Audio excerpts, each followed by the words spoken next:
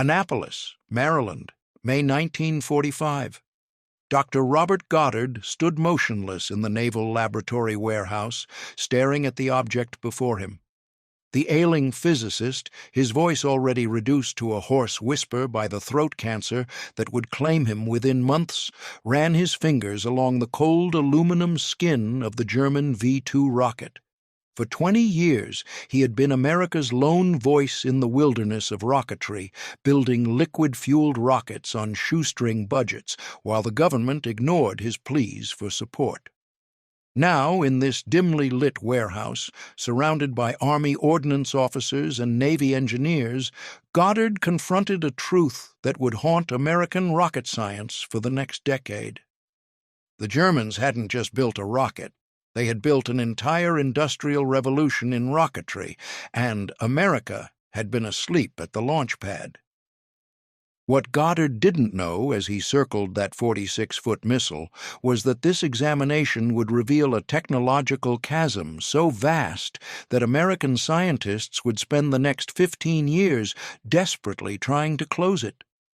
The V-2 wasn't just ahead of American capabilities, it represented technologies that didn't exist in the United States, engineering solutions to problems American scientists hadn't even identified, and manufacturing precision that American factories couldn't replicate. The rocket sitting in that warehouse was proof that while America had Robert Goddard, Germany had Peenemünde, a sprawling research complex with thousands of scientists, unlimited funding, and a 7-year head start on weaponized rocket technology that would reshape the future of warfare and space exploration. The story of how America discovered it was years behind in rocket technology begins not in 1945, but in April, when American forces racing across Germany stumbled onto something that would change the trajectory of human history. April 11th, 1945, the Harz Mountains, Germany. Soldiers of the United States 3rd Armored Division descended into the Mittelwerk underground factory complex near Nordhausen, expecting to find another German weapons facility. What they found instead was an industrial operation on a scale that defied comprehension. Tunnels carved deep into the mountains stretched for miles. Production lines contained partially assembled V-2 rockets at various stages of completion. Components filled warehouses, technical documents stacked in rooms. And everywhere, evidence of forced labor. Emaciated prisoners from the Mittelbau-Dora concentration camp, some barely alive, who had been enslaved to build Hitler's vengeance weapons. Major James Hamel of Army Ordnance walked through those tunnels with growing disbelief. The Germans had been producing V-2 missiles at a rate of 600 per month. Each rocket required 50,000 individual parts. The precision machining, the quality control, the logistics of moving components through those underground production lines, it represented an industrial achievement that seemed impossible for a nation supposedly on the brink of defeat. But Hamel understood something the infantry soldiers didn't. These weren't just weapons.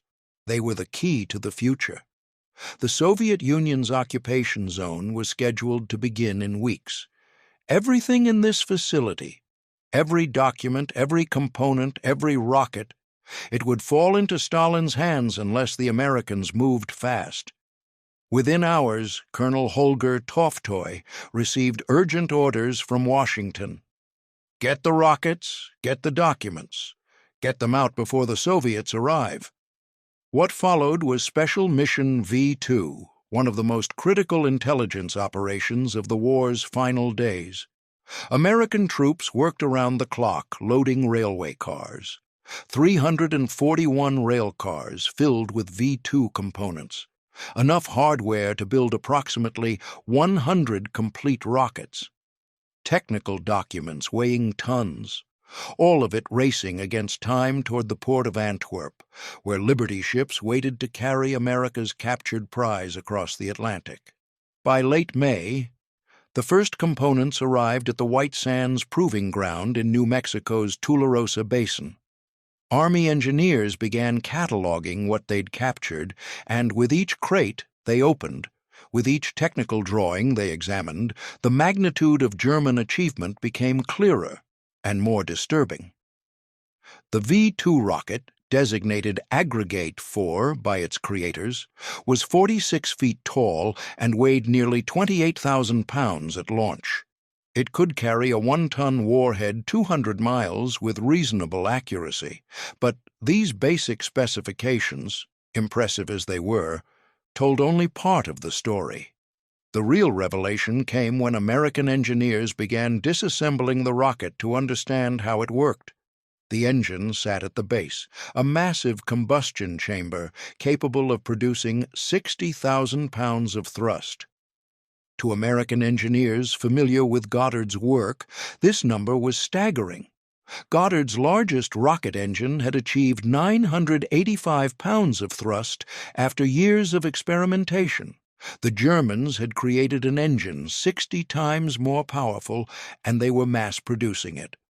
Dr. Theodor von Karman, director of the Jet Propulsion Laboratory at Caltech, was among the first American scientists to examine the V-2 in detail. His team had been developing rocket technology for the Army since 1942, working on what would become the Corporal missile. When von Karman saw the V-2's propulsion system, his reaction was blunt. "We are at least 7 years behind." The propulsion system alone represented multiple technological breakthroughs. The combustion chamber used a double-wall design. Alcohol fuel flowed through the outer jacket before entering the chamber, simultaneously cooling the chamber walls and preheating the fuel. This regenerative cooling solved one of rocketry's fundamental problems, preventing the chamber from melting under the extreme temperatures of combustion that reached 5,100 degrees Fahrenheit. But it was the turbopump that truly shocked American engineers. At the heart of every V-2 sat a steam-driven turbine that spun at 4,000 revolutions per minute, powering centrifugal pumps that forced fuel and liquid oxygen into the combustion chamber at 125 liters per second. The turbine itself produced 600 horsepower, driving pumps that had to handle cryogenic liquid oxygen at minus 297 degrees Fahrenheit while operating at pressures that would destroy conventional pumps. American engineers stared at this device with a mixture of admiration and despair. The turbopump represented 7 years of German development incorporating metallurgy, precision machining, and engineering solutions that didn't exist in American industry. The turbine blades were forged from nickel-chromium alloys that could withstand both extreme temperatures and rotational forces that would tear apart lesser materials. The pumps featured seals that prevented cryogenic liquid oxygen from leaking while spinning at speeds where any imbalance would cause catastrophic failure. Lieutenant Commander Robert Truax, a Navy engineer who examined the V-2's propulsion system, wrote in his report, "The German turbopump is not simply ahead of American technology. It is technology we do not possess. Building a duplicate would require developing new alloys, new casting techniques, new manufacturing processes. We estimate 18 months minimum to create a single working prototype, assuming unlimited funding and access to materials currently unavailable due to post-war shortages."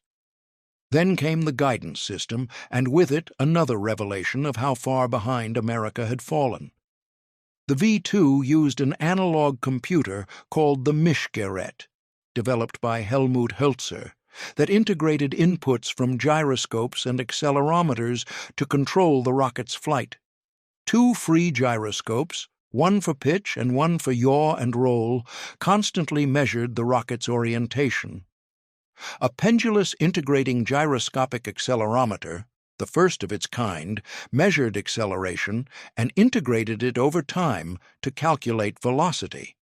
When the rocket reached its programmed velocity, typically around 3,500 miles per hour, the guidance system cut off the engine.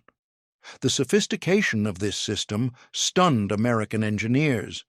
The gyroscopes were manufactured by Kreiselgeräte with precision that American firms couldn't match. The analog computer processed multiple inputs in real time, sending signals to 8 control surfaces, 4 external rudders on the tail fins, and 4 graphite vanes in the rocket's exhaust stream. These vanes, positioned directly in the rocket's jet stream at temperatures exceeding 5,000 degrees, were made of graphite that could withstand the heat while providing steering control during the critical first 60 seconds of flight. Dr. Charles Stark Draper of MIT, America's leading expert in guidance systems, examined the V-2's controls with professional respect. Draper had spent years developing gyroscopic instruments for aircraft and submarines. When he saw the German system, he immediately recognized innovations his laboratory hadn't conceived. "They solved the integration problem," Draper noted in his technical assessment. "They created an accelerometer that doesn't just measure force, but calculates velocity by integrating acceleration over time. This is the first fully electronic active control system ever deployed on any vehicle. It's essentially a fly-by-wire system decades ahead of anything in aviation. But perhaps nothing revealed the technological gap more clearly than the manufacturing quality. American engineers examining V-2 components found precision machining that exceeded peacetime commercial standards. Welds were perfect. Tolerances were measured in thousandths of an inch throughout. Components that experienced high stress were overbuilt with safety margins that American designers, constrained by material shortages, would never specify. An Army ordnance officer examining the turbopump assembly noted, "Every component appears designed to survive worst-case scenarios. The Germans built for reliability under combat conditions. The fuel lines include redundancy we would consider wasteful. The electrical system has more circuit breakers than necessary.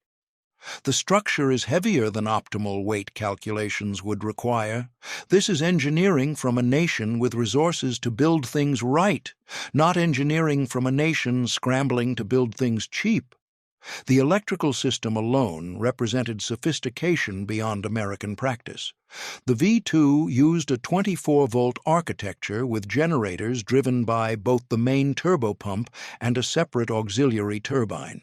American rockets, when they used electrical systems at all, employed 12-volt designs with single generators. The V-2's electrical harness contained 8 miles of wiring, all carefully routed, bundled, and protected. The system included motor-driven valves, gyroscope power, ignition systems, and telemetry equipment that could transmit flight data in real time. When Robert Goddard examined the V-2 that May afternoon in Annapolis, he saw immediately that many features paralleled his own work. Liquid oxygen and alcohol as propellants, turbine-driven centrifugal pumps, gyroscopic stabilization, blast vanes for steering. In a letter to his patron, Harry Guggenheim, Goddard wrote with barely concealed bitterness, "The Germans have used my patents. They have taken concepts I developed and built them at a scale I could never achieve. The V-2 is what my rockets could have become if anyone in America had listened." But Goddard, for all his brilliance, missed the crucial distinction that other American engineers immediately grasped. The Germans hadn't stolen American technology. They had developed an entirely independent rocket program that, by 1945, exceeded American capabilities by nearly a decade. Hermann Oberth's theoretical work in Germany paralleled Goddard's. Wernher von Braun's team at Peenemünde had begun liquid-fuel rocket experiments in 1932, building on their own research tradition. By 1934, their A-2 rocket had already exceeded Goddard's highest altitude. The German program had state funding, military priority, access to Germany's finest technical universities, and the labor of thousands of scientists and engineers from every discipline. Goddard's highest altitude was 9,000 feet, achieved in 1937. The A-4 routinely reached 50 miles altitude, crossing into space, before arcing down toward its target 200 miles away. Goddard's most powerful engine produced 985 pounds of thrust. The V-2 engine produced 60,000 pounds. Goddard worked with a handful of assistants in the New Mexico desert, funding from the Guggenheim Foundation, and indifference from the U.S. military. The Germans worked at Peenemünde, a sprawling facility that consumed resources equivalent to America's Manhattan Project. The comparison wasn't between American technology and German technology. It was between one brilliant physicist working essentially alone and an entire nation's industrial and scientific establishment focused on rocket development as a military priority. By June 1945, as American engineers continued examining captured V-2s, a consensus emerged in classified reports circulating through the War Department. The United States faced a critical strategic vulnerability. Rocket technology would define future warfare. The Germans had proven that ballistic missiles could strike targets hundreds of miles away with no defense possible. The Soviet Union had captured Peenemünde, the V-2 production facilities, and thousands of German rocket technicians. Unless America acted decisively, the post-war world would find the United States hopelessly behind in the most important military technology of the emerging era. This assessment led directly to Operation Paperclip, one of the most controversial decisions of the immediate post-war period. In September 1945, Wernher von Braun and 126 German rocket scientists arrived at Fort Bliss, Texas, under military custody. These men had built Hitler's vengeance weapons. Many had used slave labor from concentration camps. Their rockets had terrorized London and Antwerp, but they possessed knowledge that America desperately needed. The moral complexity of this decision troubled many Americans. These were Nazi scientists, some with SS ranks, responsible for weapons that took thousands of civilian lives. The prisoners who built the V-2s at Mittelwerk died in greater numbers than the rockets themselves caused, worked to exhaustion in the underground factories. Yet the Cold War was beginning, and the Soviet Union had already begun rebuilding the German rocket program under Helmut Grötrup, capturing their own contingent of German engineers. At White Sands Proving Ground, work began assembling captured V-2s for test launches. The first static test firing occurred March 15, 1946. The first launch followed April 16. At 2:47 in the afternoon, the reassembled German rocket lifted off from the New Mexico desert. The guidance system failed almost immediately. A fin separated. The rocket reached only 3.4 miles altitude before crashing. It was a humbling demonstration that even with German rockets and German scientists, America still had much to learn. Colonel Harold R. Turner, observing that first failed launch, remarked to his staff, "We have the hardware, we have the men who designed it, but we don't have the industrial infrastructure that built it, the experience base that developed it, or the knowledge that comes from 6,000 launches. The Germans conducted that many test firings and combat launches. We're starting from zero."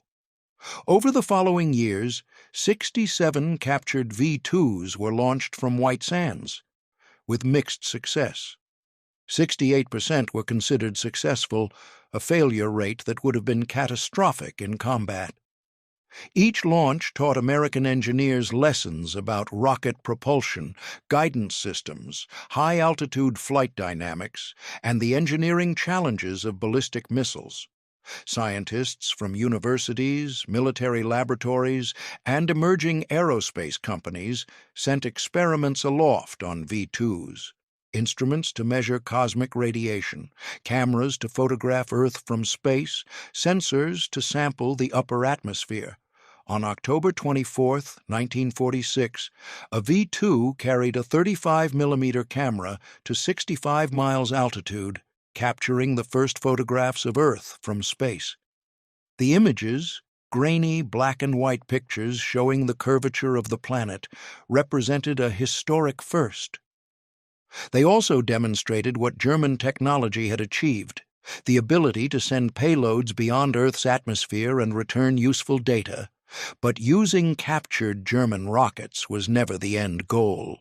It was merely the bridge to developing American rocketry. In 1948, the Army Ordnance Department selected Redstone Arsenal in Huntsville, Alabama, as a permanent rocket research center. Wernher von Braun and his team moved there, joined by American engineers, to begin developing missiles based on V-2 technology but adapted to American needs and capabilities. The first major American rocket to emerge from this collaboration was the Redstone, a direct descendant of the V-2. First tested in 1953, the Redstone incorporated V-2 principles: liquid oxygen and alcohol propellants, turbopump fuel delivery, gyroscopic guidance, but it also incorporated improvements: better fuel efficiency, more reliable guidance, American manufacturing processes adapted to rocket production. By the mid-1950s, the technological gap was finally closing. American engineers had learned from German designs, then moved beyond them. The Jupiter, Thor, and Atlas missiles represented indigenous American rocket technology, built by American companies using American materials and manufacturing techniques. When the Soviet Union launched Sputnik in October 1957, America responded with Explorer Köln in January 1958, launched on a Jupiter-C rocket derived from Redstone technology. The Saturn V moon rocket that would carry Americans to the lunar surface in 1969 was designed by Wernher von Braun's team at NASA's Marshall Space Flight Center. Its F-1 engines produced 1.5 million pounds of thrust, each 25 times more powerful than the V-2. But the technological lineage was clear: regenerative cooling, turbopump fuel delivery, gimbal-mounted engines for thrust vectoring, sophisticated guidance systems. All concepts proven in the V-2, now scaled and refined to achieve what Goddard had once dreamed and what the Germans had made seem possible. Looking back from the 21st century, the V-2's legacy is complex and troubling. It was a weapon of terror that achieved little military value at enormous cost in resources and lives. The slave labor that built it represents one of World War II's many atrocities. Yet it was also the world's first practical ballistic missile, the first object to reach space, and the technological foundation for everything that followed in rocketry and space exploration. For American scientists examining those first captured V-2s in 1945, the experience was humbling. The United States, with its vast industrial capacity and scientific talent, had been years behind a nation it had just defeated in war. Robert Goddard's pioneering work had been ignored by his own government while Germany invested billions in developing similar technology at scale. The lesson was clear and would shape American military and scientific policy for decades. Technological superiority requires sustained investment, institutional support, and recognition that individual brilliance, however remarkable, cannot substitute for organized national effort. When NASA dedicated the Goddard Space Flight Center in May 1959, Administrator T. Keith Glennon acknowledged both the American pioneer and the uncomfortable truth his career revealed. Robert Goddard dreamed of rockets that could reach the moon. He built rockets that reached 9,000 feet. The Germans, working independently, built rockets that reached space. Today, America's space program builds on both legacies, but also on the lesson that genius requires support, vision requires resources, and leadership in technology demands national commitment. In the end, the V-2 taught America three critical lessons. First, that rocket technology would define military power and open access to space. Second, that technological leadership could be lost through neglect and regained only through sustained effort. Third, that in the emerging Cold War, the nation that controlled the high ground of space and the long reach of ballistic missiles would hold strategic advantage. American scientists examining that first captured V-2 in May 1945 saw all of this, even if they couldn't yet articulate it fully. They saw the gap between where America was and where it needed to be. They saw the cost of ignoring visionaries like Goddard. They saw the future captured in German hardware, waiting to be understood, absorbed, and ultimately exceeded. The warehouse in Annapolis where Robert Goddard examined the V-2 is long gone. But the rocket he saw that day, and the technological revelation it represented, changed the course of American history. From that moment of recognition, that understanding of how far behind America had fallen, came the determination to catch up, the investment in rocket science, and ultimately the achievement that would place American footprints on the moon just 24 years later. The V-2 was Germany's vengeance weapon. For America, it became something else entirely, a wake-up call, a teaching tool, and a challenge to do better. The fact that Americans did eventually surpass what the Germans had achieved, building rockets that carried humans beyond Earth orbit, proved that technological gaps can be closed, but it requires recognizing the gap exists, committing the resources to close it, and understanding that in technology, as in war, those who fail to invest in the future will be overtaken by those who do. When Wernher von Braun stood at Cape Canaveral in July 1969, watching Apollo 11 launch toward the moon atop a Saturn V rocket, he reflected on the path from Peenemünde to the Sea of Tranquility. "We always knew it was possible," he said. "The physics were clear even in the 1930s. What changed was not the science, but the commitment.